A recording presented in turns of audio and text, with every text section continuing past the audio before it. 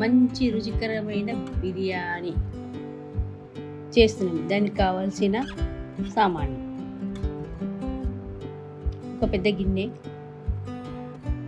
Kilo బియ్యము, బాస్మతి బియ్యము, chicken, garam masala, పుదీనా, పచ్చిమిరపకాయలు, అల్లం వెల్లిగడ్డ పేస్టు, కొత్తిమీర, ఫ్రై చేసిన ఉల్లిగడ్డలు, పెరుగు, చికెన్ అందులో వేసుకోవాలి. తర్వాత ఫ్రై చేసిన ఉల్లిగడ్డలు వేయాలి. తర్వాత ఉప్పు, తగినంత ఉప్పు వేయాలి.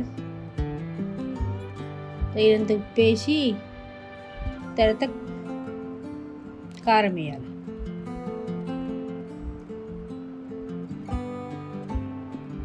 మీరు ఎంత తింటారో అంత కారం వేసుకోవాలి. పెరుగు వేయాలి.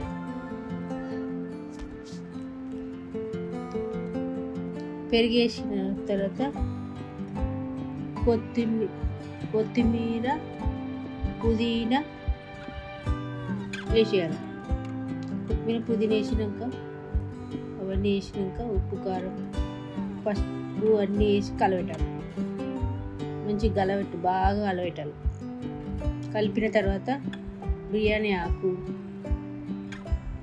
టమాటాలు, కొంచెం నూనె కూడా పోసేసేయాలి. దాంట్లో కొంచెం నూనె కూడా పోసేసి బాగా కలబెట్టాలి. కలబెట్టి పొయ్యి మీద పెట్టాలి. పొయ్యి మీద పెట్టి తర్వాత రైస్కి బియ్యం పెట్టాలి.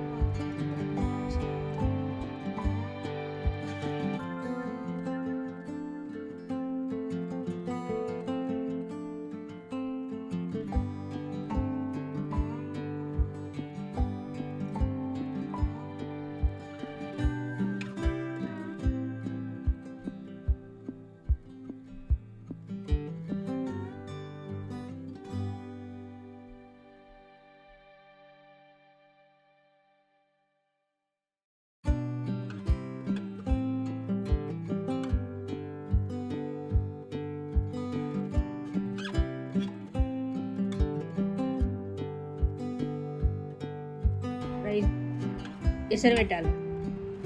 రైస్కి ఎసరు పెట్టాలి. ఎసరు పెట్టినాక కలపాలి. బాగా కలపాలి. ఎసరు పెట్టి ఎసరు మసిలినాక బియ్యం పోయాలి.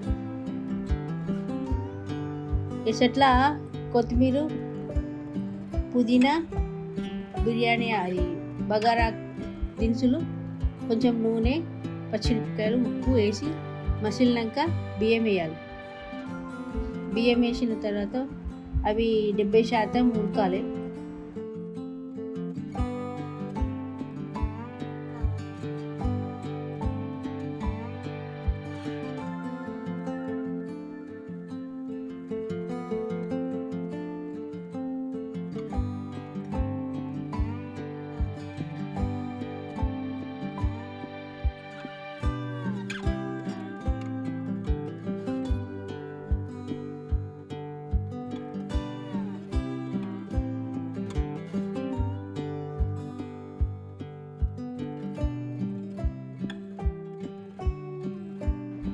ఉడికిన తర్వాత అందులో ఒక పక్కన చికెన్ ఉడుకుతుంది కదా, దాంట్లో ఒక లేయర్ మొత్తము బియ్యం వేసేసేయాలి. బియ్యం వేసేసిన తర్వాత వేపిన ఉల్లిగడ్డలు, కొత్తిమీర, పుదీనా వేసేయాలి. మళ్ళీ మిగతా రైస్ ఉంటుంది కదా అంతా మొత్తం వేసేసేయాలి.